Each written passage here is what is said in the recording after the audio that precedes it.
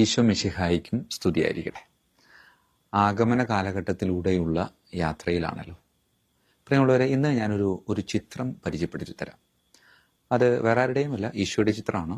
Oxford യൂണിവേഴ്സിറ്റിയിലെ കെബ്ലെ കോളേജിലെ ചാപ്പലിലാണ് ആ ചിത്രം ഇപ്പോൾ സൂക്ഷിച്ചിരിക്കുന്നത്.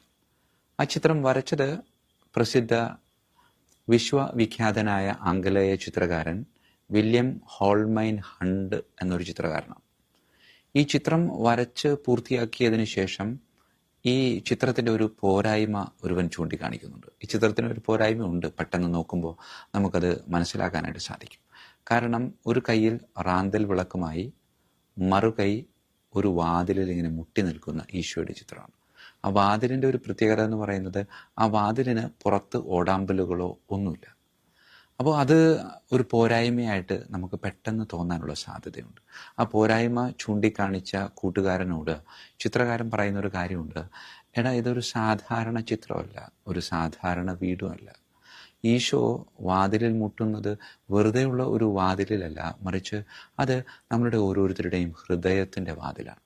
ആ ഹൃദയത്തിൻ്റെ വാതിലിൻ്റെ ഒരു പ്രത്യേകത എന്ന് പറയുന്നത്, അത് പുറത്തു നിന്ന് ആർക്കും ഒന്നും ചെയ്യാൻ പറ്റത്തില്ല, മറിച്ച് അകത്ത് നിന്ന് വിചാരിക്കണം. അതായത് എൻ്റെ ഹൃദയ കവാടം തുറക്കണമെങ്കിൽ അത് ഞാൻ തന്നെ വിചാരിക്കണം. പ്രിയമുള്ളവരെ, ലോകം ഈ ചിത്രത്തിന് പേര് നൽകിയത് ലൈറ്റ് ഓഫ് ദ വേൾഡ് എന്നാണ്. ആഗമനകാലം, കാത്തിരിപ്പിൻ്റെ കാലം എന്നൊക്കെ പറയുമ്പോൾ ശരിക്കും നമ്മൾ പറയാറുണ്ട്, ഞാൻ ഈശോയുടെ വരവിന് വേണ്ടിയുള്ള കാത്തിരിപ്പിലാണ്. പക്ഷെ ശരിക്കും ഞാൻ ഈശോയുടെ വരവിന് വേണ്ടി കാത്തിരിക്കുകയാണോ, അല്ലെങ്കിൽ ഈശോ എൻ്റെ വരവിന് വേണ്ടി കാത്തിരിക്കുകയാണോ? അല്ലെ, ഇമ്മാനുവൽ എന്നാണല്ലോ നാം ഈശോയുടെ ഈ ഒരു വരവിനോട് ചേർത്ത് ഈശോയ്ക്ക് കൊടുക്കുന്ന ഒരു പേര്. ഇമ്മാനുവൽ എന്ന് പറയുന്നാൽ ദൈവം നമ്മോട് കൂടെ എന്നാണ്.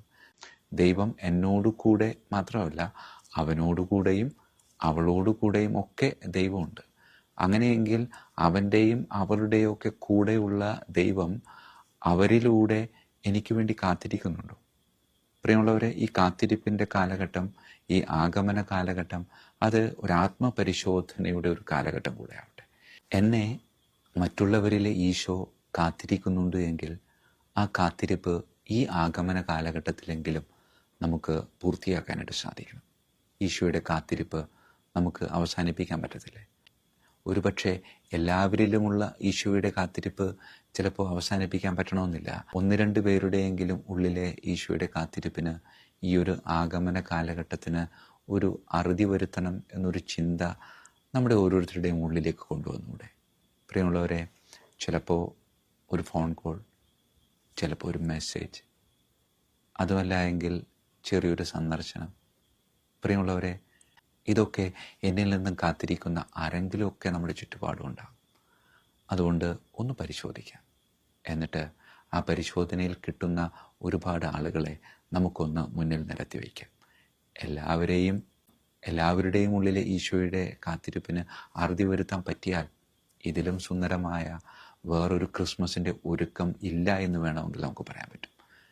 എല്ലാവരുടെയും ഉള്ളിലെ ഈശോയുടെ കാത്തിരിപ്പിന് അറുതി വരുത്താൻ പറ്റിയില്ലെങ്കിലും ആരുടെയെങ്കിലുമൊക്കെ ഉള്ളിലെ ഈശോയുടെ കാത്തിരിപ്പിന് എൻ്റെ ഒരു സന്ദർശനത്തിലൂടെ, എൻ്റെ ഒരു ഫോൺ കോളിലൂടെ, എൻ്റെ ഒരു മെസ്സേജിലൂടെ, എൻ്റെ ഒരു സാമീപ്യത്തിലൂടെ അറുതി വരുത്താൻ പറ്റുമെങ്കിൽ, പ്രിയമുള്ളവരെ, എൻ്റെ ഹൃദയ കവാടത്തിന് പുറത്ത് കാത്തു നിൽക്കുന്ന ഈശോയുടെ മുഖത്ത് പുഞ്ചിരി വിടർത്താൻ സാധിക്കും. അങ്ങനെ പുഞ്ചിരി വിടർത്തി അവനെ ഉള്ളിലേക്ക് കയറ്റിയിരുത്തി അവനോടൊപ്പം വിരുന്ന് ആസ്വദിക്കാനായിട്ട് നമുക്ക് പരിശ്രമിക്കാം. ദൈവം നമ്മെ അനുഗ്രഹിക്കട്ടെ. ഈശോ മിശിഹായിക്കും സ്തുതിയായിരിക്കട്ടെ.